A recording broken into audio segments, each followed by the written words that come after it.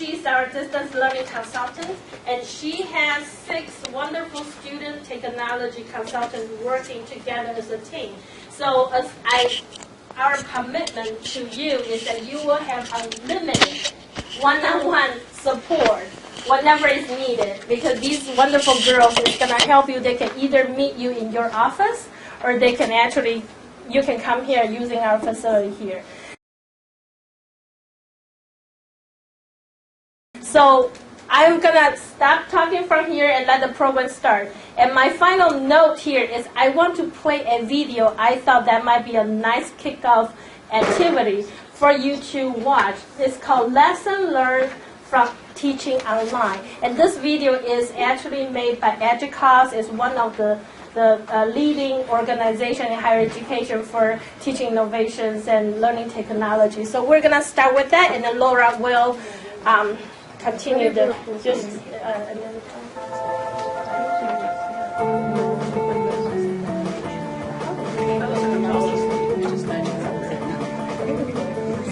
high touch is more important than high tech. When a student is in crisis or a student wants to brainstorm an idea, or when they need a question answered, I want to be efficient. And one of the best ways of doing that is phone. And so that's a real high touch way that has been really effective for me. And I had really avoided it for a long time because I thought, no, that's really not the technology of online education. But everything is the technology of online education. Establish social presence using digital storytelling. When you start a face-to-face classroom, when that professor comes in, you're looking at their clothes, the way they act, the jokes, the stories, all these things. You size up who they are, right? So for me, one of the things I leveraged or I relied on was the power of storytelling. And so the power of storytelling, telling stories is a great way to establish your presence and to help students get to know each other as real people. Use technology intentionally. I think we get so excited, I know I do, about new tools and new digital communities and social media tools and technologies that we can use to really enhance what we're trying to achieve with students in our courses. But we sometimes let the tool sort of drive our decision making as opposed to going back to our learning objectives and saying, what do we really want to achieve? Does the tool help us achieve that? Just as we do with things. The power of external resources. There's tons of resources out there that if you just take the time to look, it's amazing what you can use to supplement your online courses. And so you don't have to do all the work yourself. It doesn't always have to be contained in the LMS or in the textbook, and hopefully through that also help encourage and teach your students that there's great resources out there if you just spend the time. Make your expectations explicit. Being explicit in your directions, in your expectations, in everything that you are trying to achieve with students. That so often we keep that secret, we keep that hidden as faculty. We know what it is. Sometimes we don't even know that we're keeping it hidden. Make it really easy for students to find out what is it they have to do that week, when does it due, what are the points, what's it worth, those types of things. Fun and playfulness and the unexpected. Doing something that's different can really jolt them and re-energize them and re-engage them in a way that allows them to express themselves creatively. So that it's not just writing an essay, but let's write a screenplay that demonstrates your understanding of these concepts. So anything that adds a little playfulness, I think, just re-engages people and makes the online experience not feel so cookie cutter. You have to log in regularly. You probably should plan at least 5 days a week to be logging in your course. Now that doesn't mean you have to log in, all day, 5 days a week, right? Sometimes people, I think, misconstrue that and will say things like, well, online learning is just so much more work than face-to-face. I don't necessarily buy that, but it's very distributed. The faculty that I know that are the most successful, in my own experience, is that they log in regularly to the courses. The power of personal feedback. One of the things that I find that students really value and that they take away from is when they get specific individual feedback that's meaningful. And by not just giving feedback, but giving audio-video feedback, I've had students come back to me and really comment on how it was very meaningful to hear that even the inflection in my voice, and that they could actually walk away with the positive comments. Whereas a lot of times when you just type stuff out, the negative just kind of comes through, right?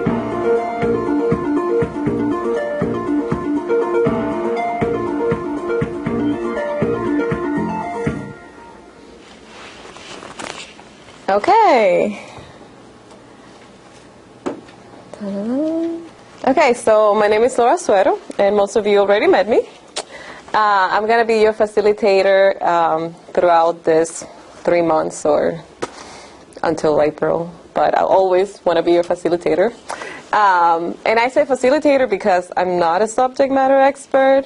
I'm going to be learning with you, but I'll do whatever I can to, like, if you have questions and there's something I cannot answer, then we'll look for the answers. So let's get started. And I also want you guys to know our student technology consultants. Lexi, do you want to introduce yourself? I mean, tell your name and what do you do here. I'm Lexi Kraft, and I'm a sophomore here at USI. I work in the mobile station and work in the walk-in station. I'm just here to help. Like she said, I learn what you learn. It's just easier. Yeah. Tanisha? Hi, I'm Tanisha. I usually record and edit videos. Mm-hmm. I help out with faculty if they have questions or anything like that. Yeah. So they're going to be helping you with the technology. So later in the program, you're going to make appointments with them and other technology consultants, and they're going to be helping you. We're going to have an icebreaker activity later, where to get to know each other. But before, I'm going to introduce what we're going to be doing throughout the program. Okay. So you have a copy of the syllabus, and I'm going to go over the syllabus. So this is the online course development program. It's a cohort-based faculty development initiative designed to facilitate faculty developing quality online courses. Okay, we're going to offer this in the spring and the fall semester. We're thinking about offering in the fall too, kind of like a less week, like a rush kind of thing. But we are still thinking about it, how we're going to do it,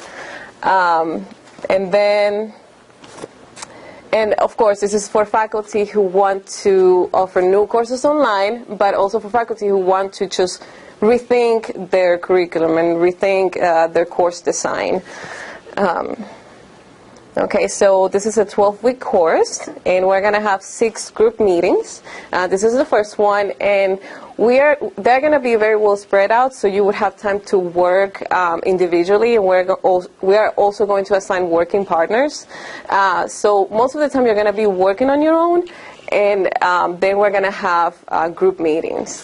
So you also have 2 individual consultation meetings. One of them you already have with me, and the second one will be at the end, where we're going to meet, and you're going to select a peer, another faculty to come and sit down. You're going to present your course, and that person's going to provide feedback. So you have unlimited one-on-one technical support training. That means that whenever you need assistance with anything, whatever technology you decide to use, you can call us and set up an appointment. And at the end of this session, we're going to give you a handout with all the support services that we have. And if we have time, we're going to go over that. But you're gonna have our phone number, our email address, and everything. So if you want to set up an appointment, then you can do that and sit down one-on-one to go over some of the technologies that you want to use.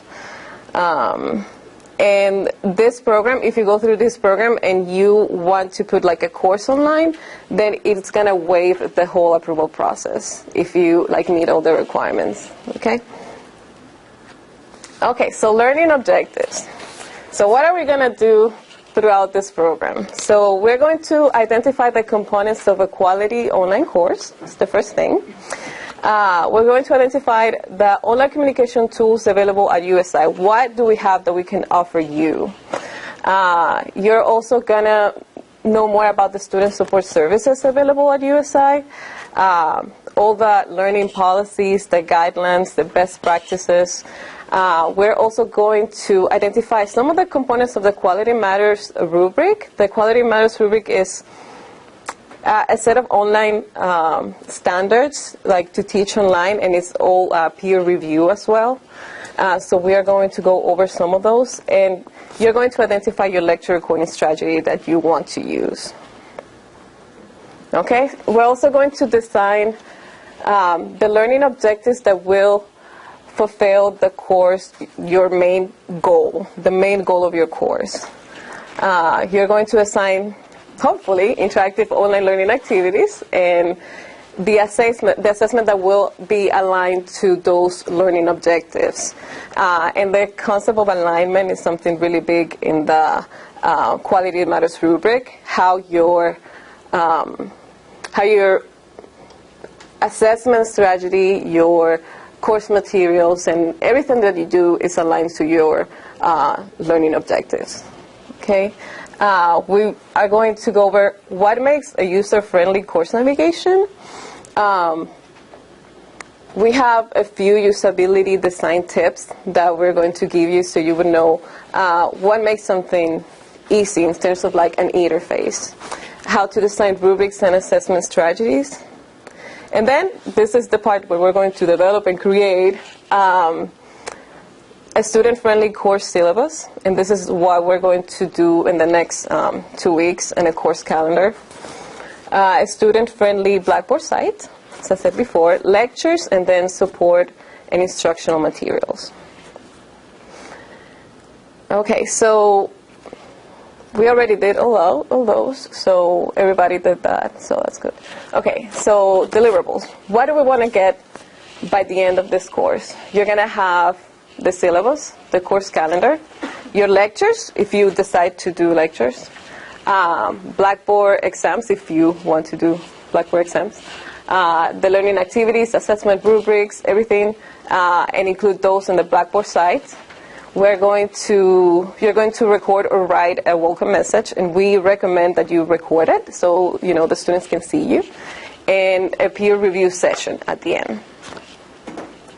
Now this is a schedule, and I know you're probably familiar with that. Megan sent this schedule, and you can see we're going to go first syllabus course calendar, then lecture recordings, then the design of the Blackboard site, then what is like how to create the exams, rubrics, gradebook. Then we're going to go over the online learning policies, guidelines, and support.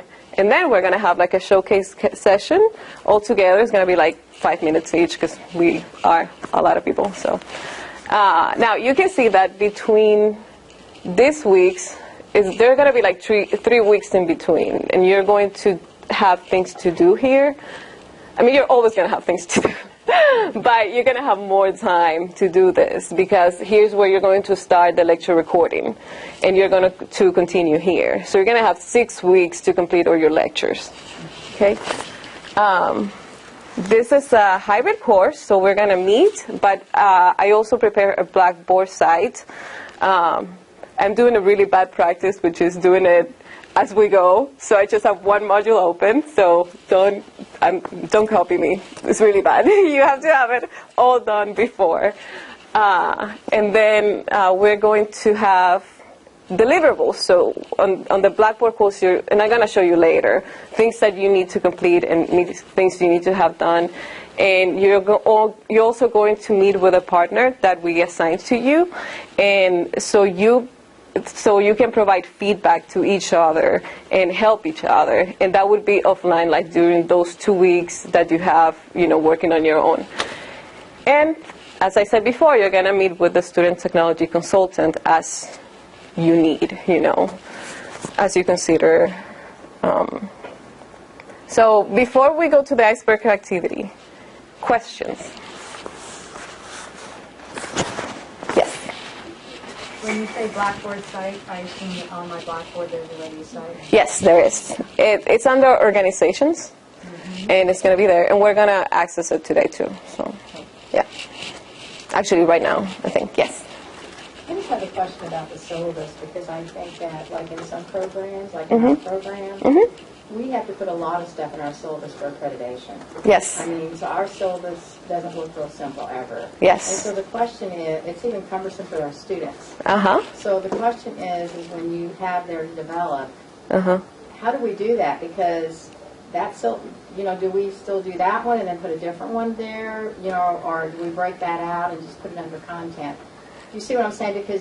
Because you're saying, like, make it easy and do these kind of things. Yeah. That's true, but there's a lot of content in the syllabus in our department anyway that you have to put in for accreditation. Same thing in education. If there are things that are required by accreditation, I think you need to put them. Okay. And if it's long for the students, I mean, Right. it is long. But that's You can break it down on the Blackboard course, so it would be on the Blackboard side, so it would be easier for them to read and access. So you can take out the main points of your syllabus and put it on maybe like a section like course information. And we're going to go over all that. But you can put all the main components that you think they really, really, really have to know that are not, you know, related to accreditations, and make it available on the Blackboard. That way, if they go on the syllabus and say, this is too long, I don't want to read it, then they would have it on the Blackboard site. Well, because one is the syllabus for things. Yeah. Yep. Anything else? Okay. Okay, so we're going to form groups, and let's see, couples, you know, not couples, I mean pairs. Sorry. ESL here, so, okay. So we're going to pair up, and we're going to discuss what would you like to accomplish after you saw what we are planning to do. What would you like to accomplish by the end of this course? What are your goals? And you're going to discuss between each other, and then we're going to go and you guys are going to share. Okay?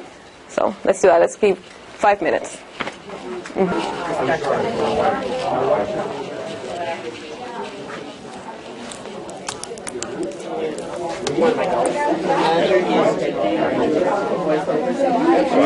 My name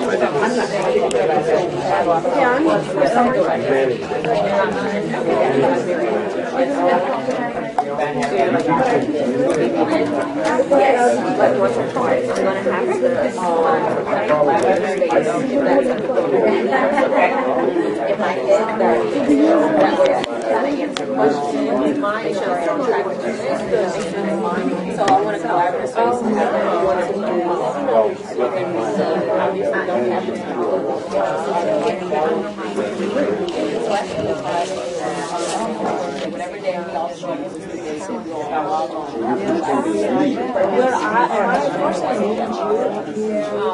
I'd like to go Skype. I bet you I'll be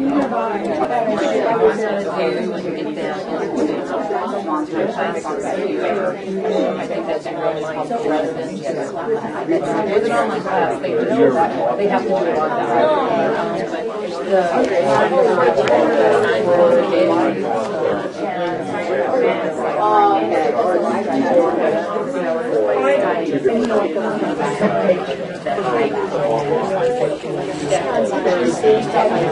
Okay, so are we ready?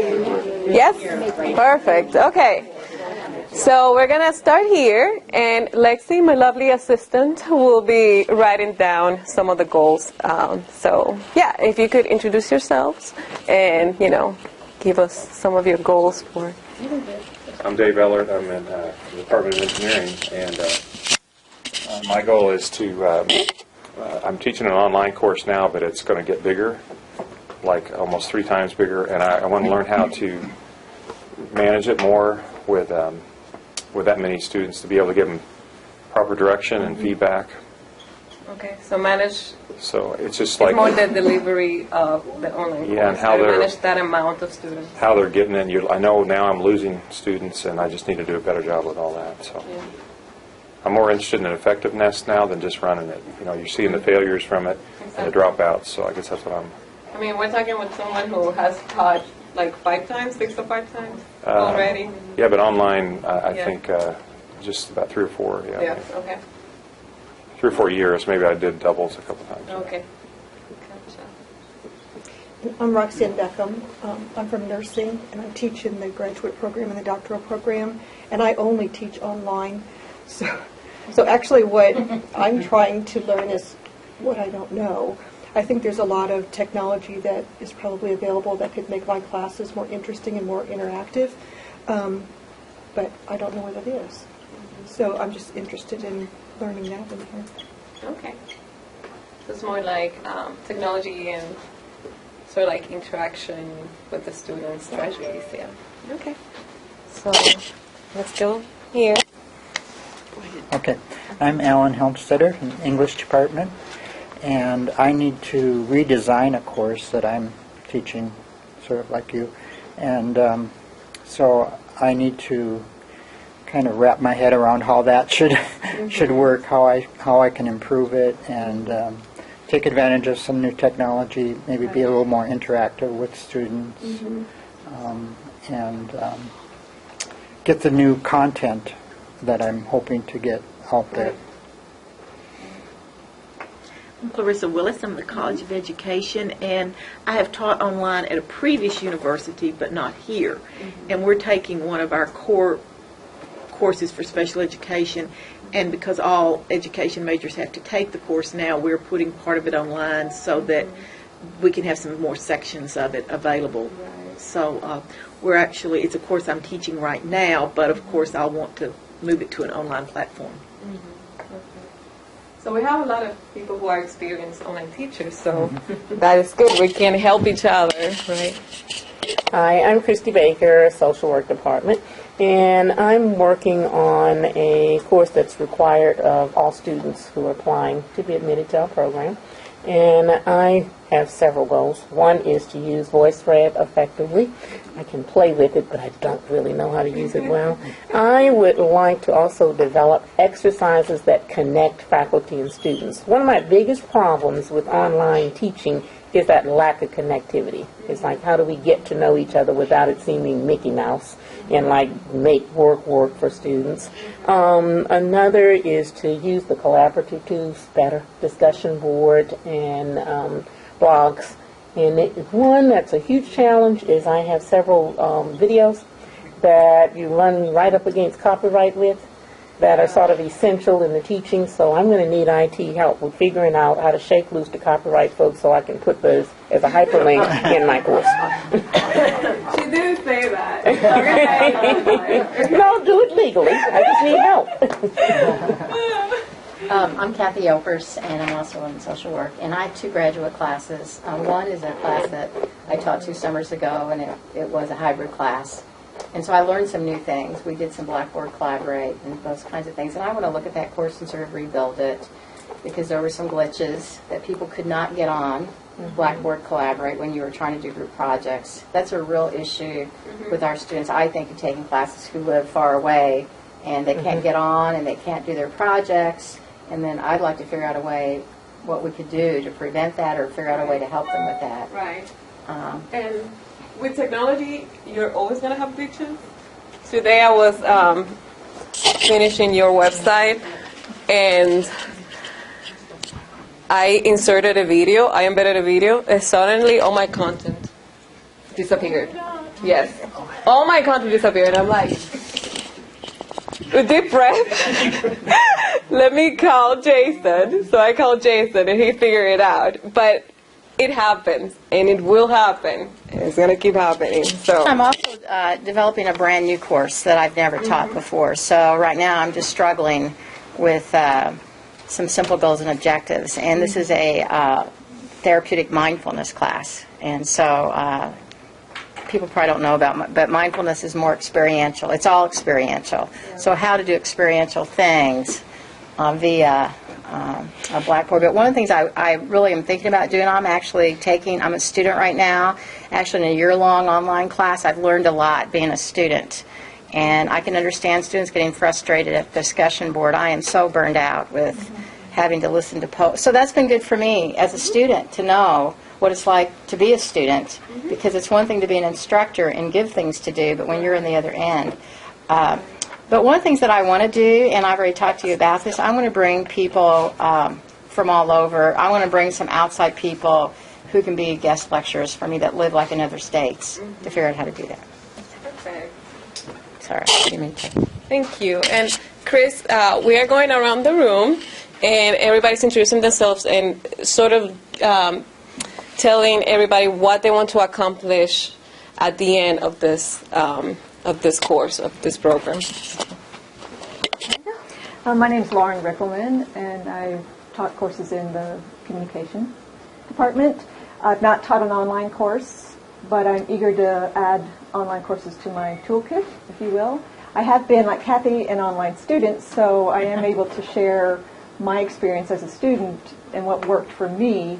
And I think one of the things that I was just talking with my new friend is that obviously people take an online course for a reason, most often for flexibility with their own schedules. So I think that's so important that we keep that in mind, whether it's a working individual. And one of the things I really liked as a student was the ability to do the assignments given for an entire week, and then I could pace that out. I didn't have to get online every single day and do work every single day. So I think sharing those perspectives as a student, remembering those, keeping them fresh in my mind, will help me in the design of my own courses as a teacher. I'm Sukanya Gupta. I'm from the English department. This is the first time I'll be teaching 201 online. It's the composition course, so I'm pretty much freaking out. It's a 5-week course. It's in the summer, and I'm going to be in India. So the time gap is, another additional challenge. But what I really want to do is use technology in amazing ways. But not only that, just create assignments that are more fun than writing that 5-page traditional paper. That's, that I won't be able to give them feedback the way I do normally in a class. So.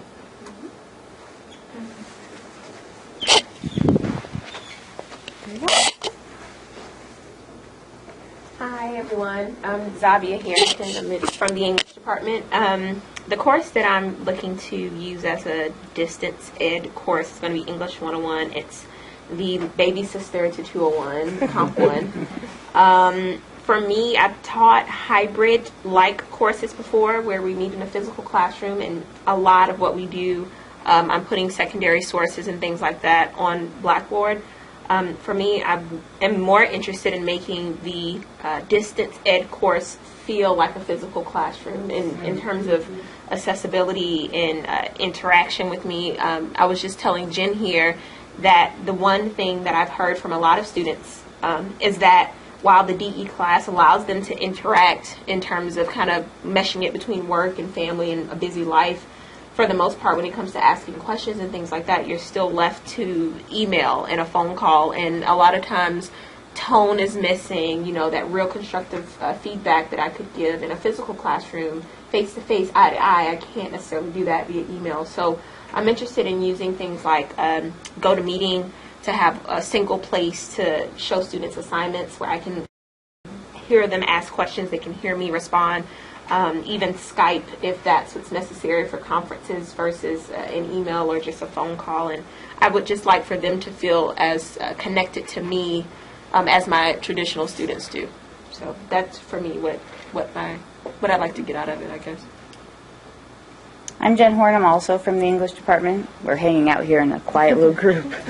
I teach online right now. I'm looking to hopefully improve the way that goes. I kind of did it on the fly, but I would like to make those courses that I'm already teaching online better. And I am teaching 201 in the fall, which, as Sukanya said, was, part of the core.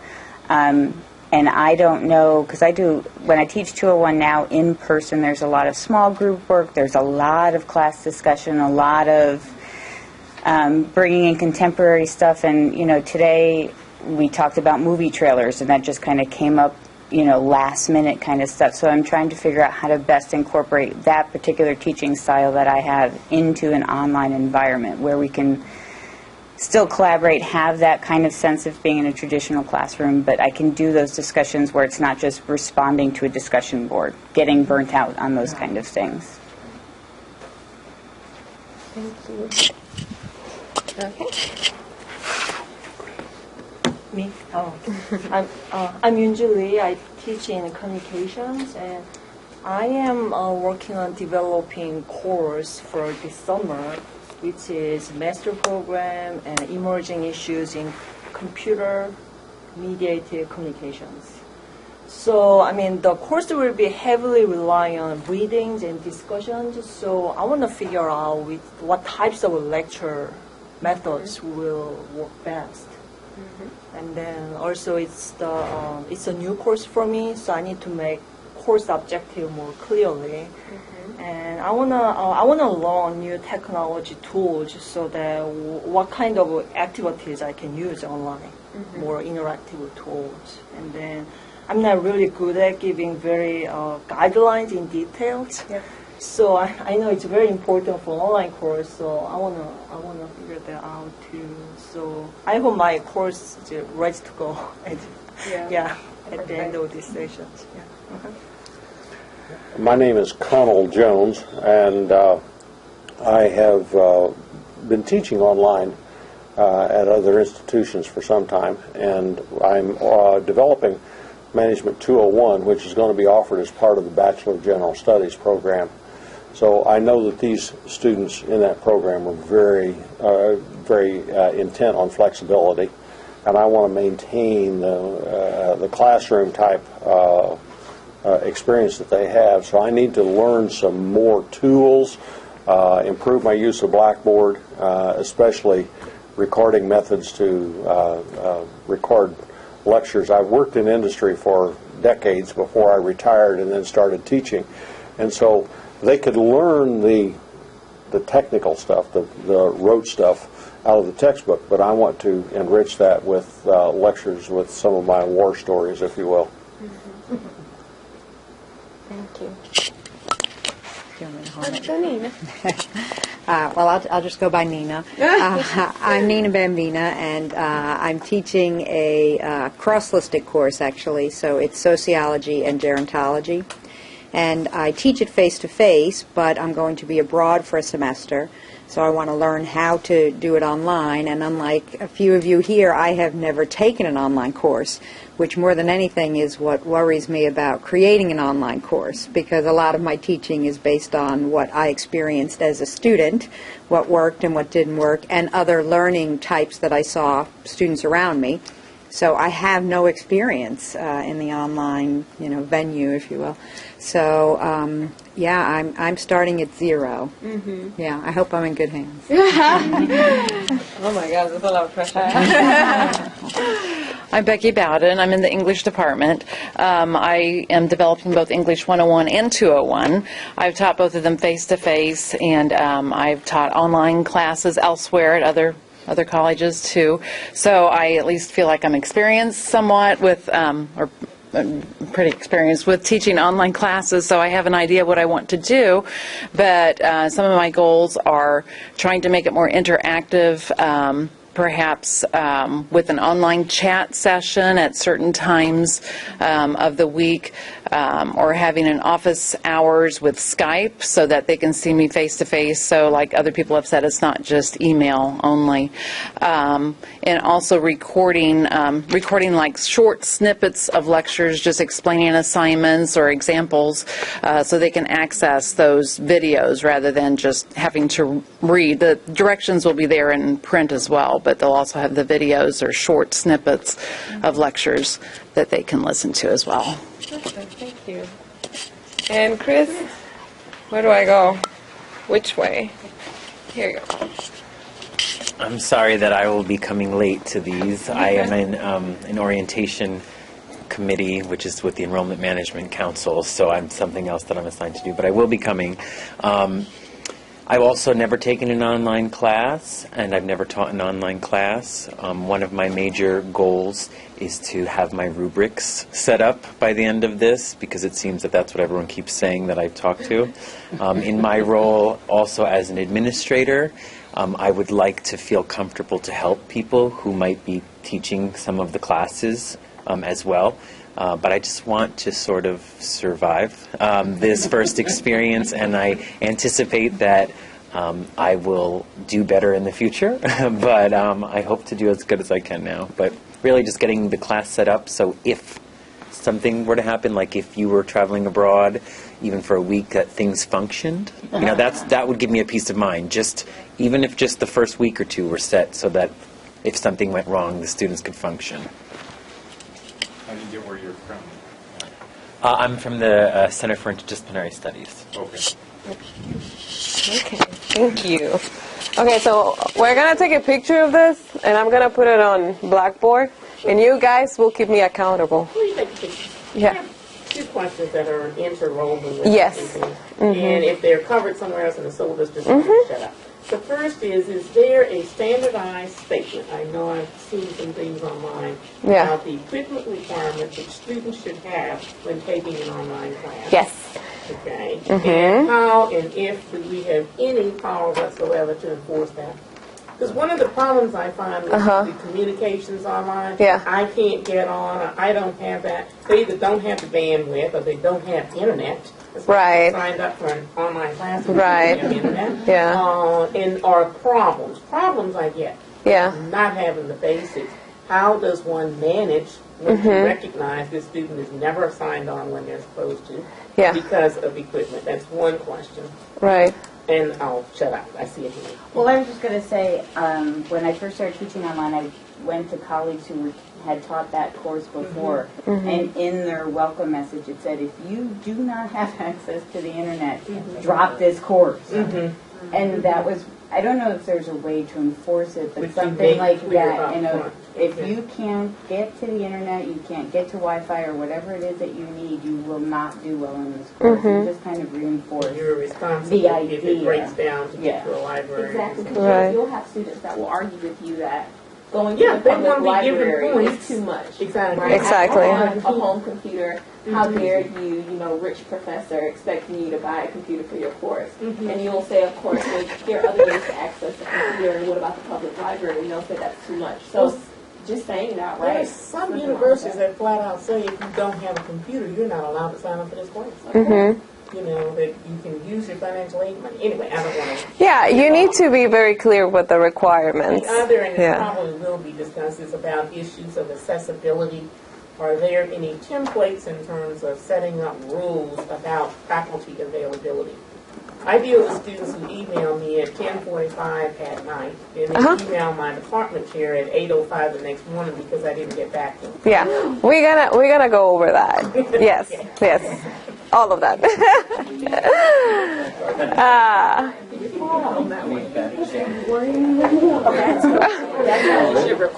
Okay.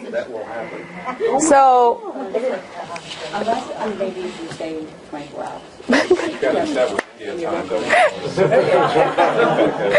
have to get like a ruler. It's like, it's just okay, so let's talk about the syllabus.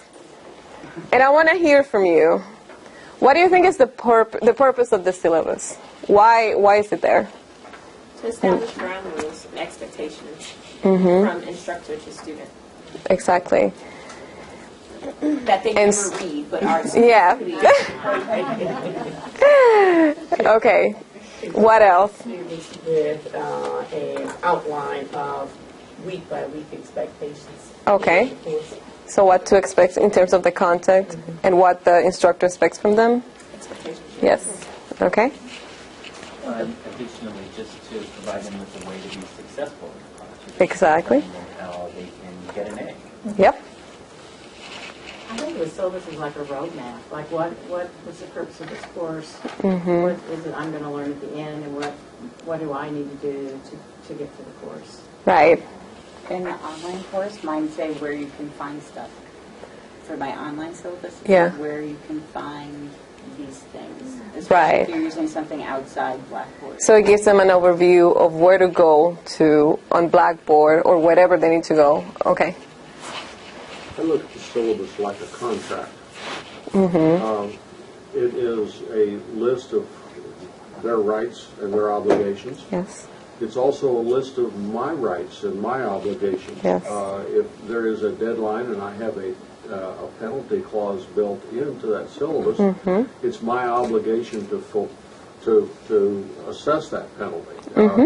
if they perform at a certain level that they earn a certain grade, it is my obligation to award them with that grade. So it's a contract, and in that sense, when they sign up and they read the syllabus, if they disagree with something in the syllabus, they need to let me know right away. Right away, and if they don't, then we have given substantial agreement to that contract, and it tells me what I can do, what they can do, what I have to do, what they have to do. Perfect. Yes. One of the issues that I consistently have with students, and I've been in 3 other institutions, it's not just here, is that there seems to be some understanding on their part that this syllabus or this course calendar is a suggestion box. And they can, if there's something in there that they like, they can do it, and if not, it's just a suggestion. So I've really started doing an activity that I want to translate online, where students actually understand, number one, that it's not just a suggestion box, but B, that they really sort of understand how they can use it to their advantage. Because I think he's right. I think it is a contract, but I also think sometimes students think it is, I have to do this, as opposed to this is what you get to do, and there's several avenues in which you can demonstrate that. I've seen online course that they do include sort of like for the student to sign the syllabus back. It's an actual contract, so they would send it back. I understand that, this is what is expected from me, that I read all this. So I've even gone as far as to include a quiz. Yes. And the Some quiz people do that, is over the syllabus, those big items in the syllabus. And guess what? You have to get 100% on that quiz before you can see any course content. And that worked pretty well. Some of the students would ask me something later on, and I would say, do you remember this quiz that you took? Yeah. You checked off on that and answered that question correctly, and now you're telling me you don't know anything about it. And they back off pretty quickly. Yeah, they cannot say anything else. Yeah. Since I only do online classes, I started building in an acknowledgement in the course, because what I found in my first year of teaching is that students were saying to me, well, all of my other instructors didn't require this, or they always started on Wednesday. It was kind of crazy stuff coming up, and so I just saw it as a way to protect me and the college whenever something maybe didn't go so well. Exactly. So one of the things that I have a difficult time communicating to students is the amount of time. Yeah. I have students constantly coming to me saying, this online course is awful. 99% of the time there is this sense of magic that when I sign on, all I do is take quizzes with the book in my lap and I get through the class. Right. I had a student the other day, her complaint was that she wasn't happy with one of our online classes because it was requiring her to do 15 hours of work in a 2-week period. And I asked her to multiply how many hours she would sit in the classroom and how many hours she should be spending doing the work, and she didn't get it. Yeah. She was not happy. And we're going to go over that. Put that in that syllabus. We have, like the university has regulation of like in terms of like minutes and what should be like the instruction time. So I also included on the Blackboard side how can you translate that to an online environment. So but yeah, you're going to get students that are like that. And something that I told one of you, I don't remember, we do have the student readiness assessment, that it's an assessment that you can ask your students to take to see if they're ready to take online courses. And at the end, it gives them feedback, and they all have it available on Blackboard. So they log into Blackboard, it's going to be there. So they can take it, and at the end, it gives them feedback of, are you really ready? These are the areas where you are not ready. It's not only technical skills, but like time management. Do you know how to, some students do have like 3 or 4 part-time jobs, and then are you really going to have time? It's kind of like managing their expectations too. If they're not ready to take online courses, we are offering the GENS 199, Surviving and Thriving in Distance Learning, where we go over all that. and we teach them, time management technologies, what to expect and everything else. So just wanted to let you know. Okay, and I know some faculty that make that an assignment for them to take it before they even start, to see if they are really in the same page. Yes? I could see how putting that in your syllabus, the amount of time that's expected. Yeah.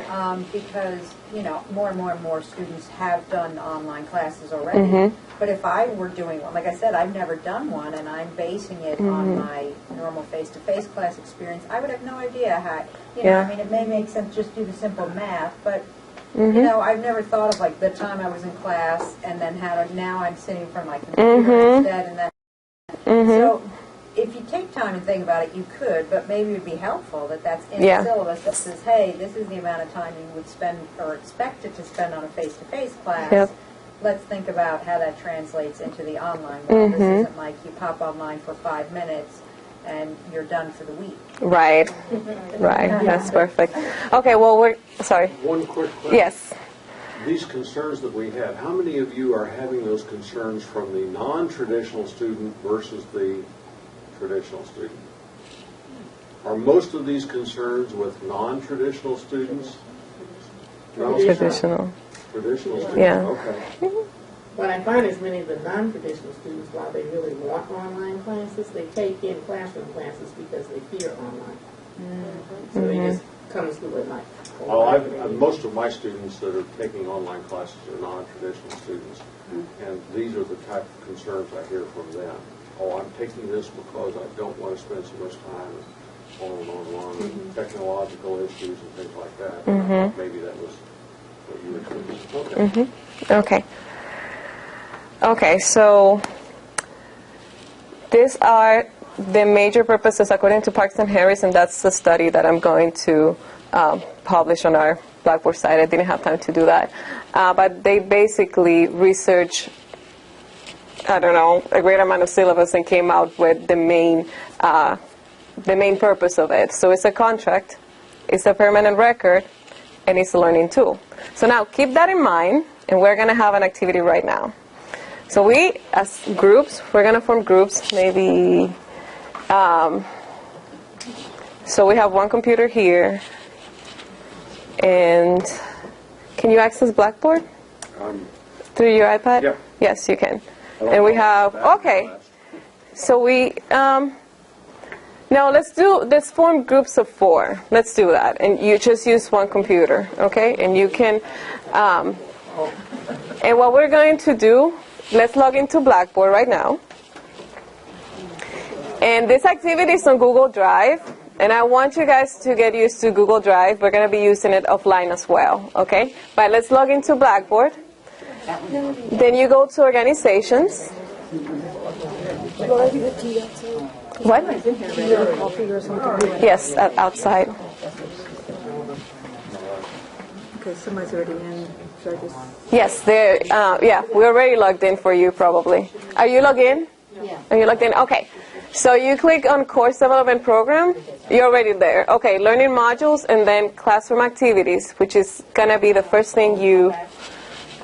Course development is in this one. Do you want to go around and make sure that there? Okay. So Learning Modules and then Classroom Activities, which is the first thing you're going to see on... Oh, sorry, I missed a step. It's Syllabus and Calendar. And then... You guys were already logged in. Yeah. I missed a step here. So you go Learning Modules, then Syllabus and Calendar, and then Classroom Activities. So, yes. So this is how you write instructions, or not write instructions for your students. Yeah. I did it from the top of my head, so that's bad. Yeah, you're going to have to, unless you're, let's see a graph. Oh, so let's see that. Learning Modules. Okay, so... Yes. I don't remember the password on Google. Do any of you remember the password? She's logging in, but I'm... Okay, just one. Yeah, okay. Reset it. So, can you stay a little bit late and we can reset it? That's good. Okay. So, are you logged in? Yes. As I told you, I have to leave in 10 minutes. That's fine. That's fine. Yeah, just Yeah, then we're gonna I have to record it. leave in the middle of the activity. So It's up to you if you have to do something, you know. But I can have access to Huh? later to things. I can have these information. Yes, you do. Yeah, and it's gonna be recorded. We're recording this, so we're going to. Okay, so is everybody logged in? Yeah? Final grade breakdown, methods of evaluation, calendar, and then how to degree page. Okay, we're running a little bit out of time, so let's just wrap it up. I mean, wrap this activity. Not now, but this is group 1, 2, 3, and 4. We're going to sort of identify like the common elements or components, but also you're going to see that some people came up with, really good things that you can include on your syllabus. So, tech requirements, group 1 here. Okay, so tech requirements.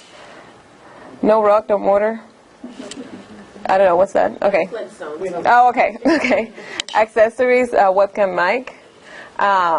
Assessment, student readiness quiz. Yes. Course objectives, goals, outcomes, very important. Plagiarism, disabilities, attendance for the conferencing, for the video conferencing. Okay. How would your policy be for video conferencing? They asked the same question.